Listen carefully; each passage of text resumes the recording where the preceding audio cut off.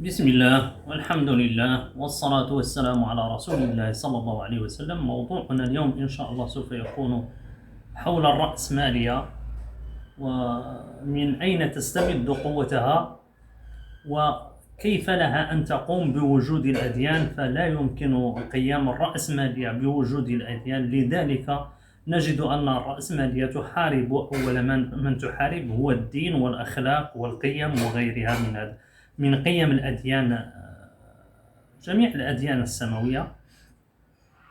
فأولا تجعل الرأسمالية المال سلطة وقوة ونفوذ يفوق جميع السلطات والقوى الأخرى، ولا يمكن لها كما قلنا أن تقوم بوجود الأخلاق والفضائل والمثل العليا والقيم كالعدل والرحمة والعلم والحكمة التي تستقى من الشرائع السابقة أو من الشريعة التي أرسل بها النبي عليه الصلاة والسلام. ثانيا، الرأسمالية تجعل المال هو من يحكم ويهيمن على العلم. فكما نرى فجميع العلوم الآن وجميع الجامعات وجميع المختبرات فهي مرتكزة على المال، وأرباب المال هم من يسيرونها. فالرأسمالية تجعل المال يسيطر على العلم ويتحكم به ويهيمن عليه، بل ويسير يقولب العلم وفق متطلبات الرأسمالية. فلا علم اليوم في حكم الرأسمالية، لا يوجد العلم، فلا علم اليوم بحكم الرأسمالية لا يخدم المال أولا، ولا معرفة تؤدي بالضرورة إلى غير النفع المادي المحض، والذي بدوره يؤول إلى النفع المالي. فالعلم اليوم عبد للمال. ثالثا، الرأسمالية اليوم تحكم العالم وتهيمن على المنظمات الدولية وعلى الدول والحكومات والقوانين. إذا نظرنا فالدول عبارة عن أنظمة مرهونة بيد أرباب المال، من ملاك الشركات العابرة للقارات والبنوك المركزية والبنك الدولي، بنك القرض الدولي، وصناديق التمويل والاستثمارات والمنظمات الاقتصادية وغيرها من هذه أرباب المال. والمال هو عنصر التسلسل الهرمي للسلطة في العالم أجمع. فلكي تصل إلى الرئاسة لا بد لك من المال لتنفقه على حملاتك الانتخابية للوصول إلى مناصب السلطة.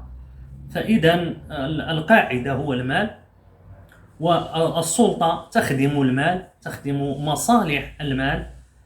الرأسمالية هي الوسيلة. رابعا، الرأسمالية هي الوسيلة التي استنتجها الشيطان لحكم الإنس، وذلك بعد حصرهم في قوالب وأنماط معيشية مادية وفكرية معنوية وثقافية متدنية تتوقف على المال فقط، ولا يمكن فيها تجاوز الحاجة والضرورة للمال، ولا يمكن الحصول على المال من غير المنابع المحتكرة من قبل الرأسماليين المتنفذين الذي هم على رأس هرم السلطة أيضا.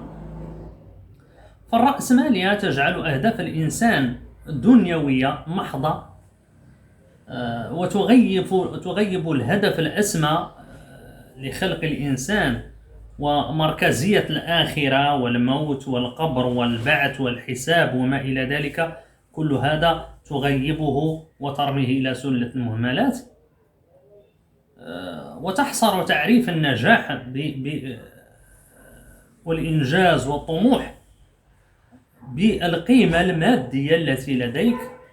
يجب عليك كسب المال لكي تسمى ناجحا ولديك إنجازات، وتحرف قيمة الحضارة والمدنية المادية للإنسان عن القيمة لها في ميزان الشريعة مثلا في الإسلام. فالرأسمالية تغيب الوعي وتستحوذ على الفطنة والحنكة وتقولب الإدراك داخل قالب تريد هي من صنعت هذا القالب، وتحول الإنسان إلى آلة فردية أنانية استهلاكية يتم برمجتها لخدمة النظام الرأسمالي العام أو النظام الرأسمالي الأب بعد أن وصلوا لتحطيم الأسرة الممتدة والأسرة النووية أو العشيرة والقبيلة، وتحديد آلية التكاثر في التكاثر العشوائي عبر تشريع الزنا وتعقيد شروط الزواج والطلاق وما إلى ذلك يدفع الإنسان للعزوف عن الزواج، والتسهيل طريق الزنا وغيرها. فمثلا في الغرب الآن وحتى في بعض محاكمنا الإسلامية في دولنا التي كانت تعتبر إسلامية، فمدونة الأسرة الآن عند الطلاق، فإنك عند الغرب فإن نصف ثروتك مهما كانت ثروتك طائلة فنصفها يذهب إلى الزوجة، وبدأ ذلك كذلك في دولنا العربية. فهذا الشيء يدفع بالإنسان لعدم الزواج. لماذا سأتزوج وتذهب نصف ثروتي للزوج بعد طلاقها بشهرين؟ المهم، سابعا، الرأسمالية تصعد وتحكم وفق عقيدة الصدمة أو الصدم والترهيب، استغلال الكوارث والأزمات الطبيعية أو مفتعلة أو غيرها، وخلق أزمات واستغلالها للكسب من ورائها. وهذه هي ما يسمى بالفوضى الخلاقة، حيث أنهم يخلقون فوضى يكسبون من ورائها ماديا ويكسبون معنويا كذلك بتسيير تلك الشعوب إلى ذلك الحل السحري الذي يقدمونه في الأخير. فهم يستغلون الكوارث الطبيعية والأزمات وغيرها، سواء هم من افتعلوها أو طبيعية من الطبيعة، وكذلك قولبة الأحداث ليحققوا الوصول السريع إلى الهيمنة الكاملة على كل شيء. وأرجو أن تكون الصورة قد وضحت، والسلام عليكم ورحمة الله تعالى وبركاته.